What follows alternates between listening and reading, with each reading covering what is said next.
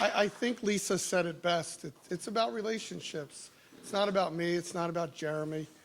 It's about all of us together in the connective tissue that has afforded Kingsbridge Heights, the community center, somewhat of a safety net, some of a fallback, somewhat of a consistency, sort of a motherly hug, a bosom to rest on, someone to be there when the city can't figure out the budget, when the municipality can't figure out the services. But at the end of the day, the kids need programming. The adolescents need programming. The adults need supervision for terrific kids. And in the end, it's all about good kids doing great things. I grew up in a household where I was a privileged child. And I had a father who used to love to say no to things just because you needed to hear no.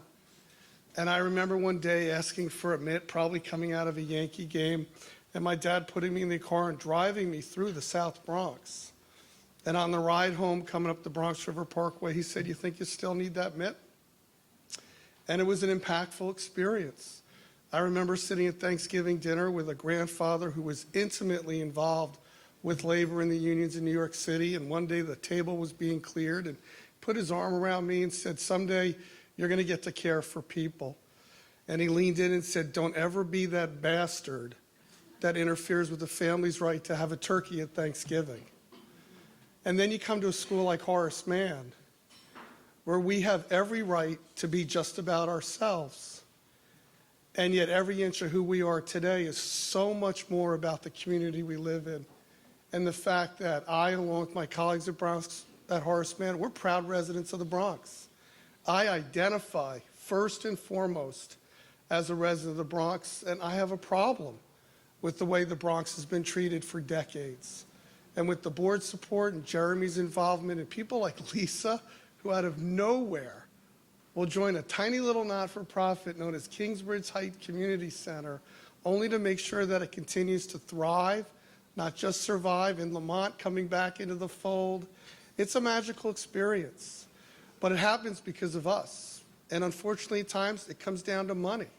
And you have it, and I want it on behalf of the Kingsbridge Heights Community Center.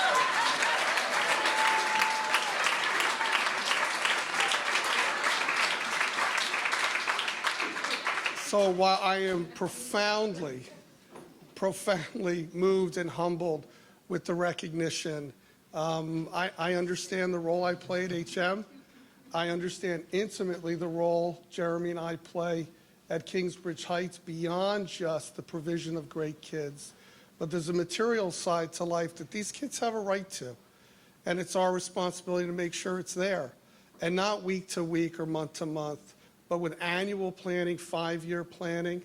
So with my wife's help tonight, we're going to take our $5,000 gift, we're going to double it and make it 10 in honor of 10 years of Kingsbridge Heights.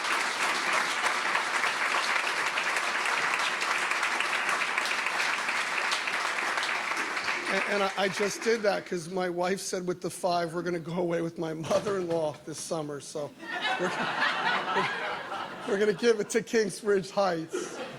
And I'm going to ask everyone on the way out, whether you bid or you didn't bid, if you have $5, I want it.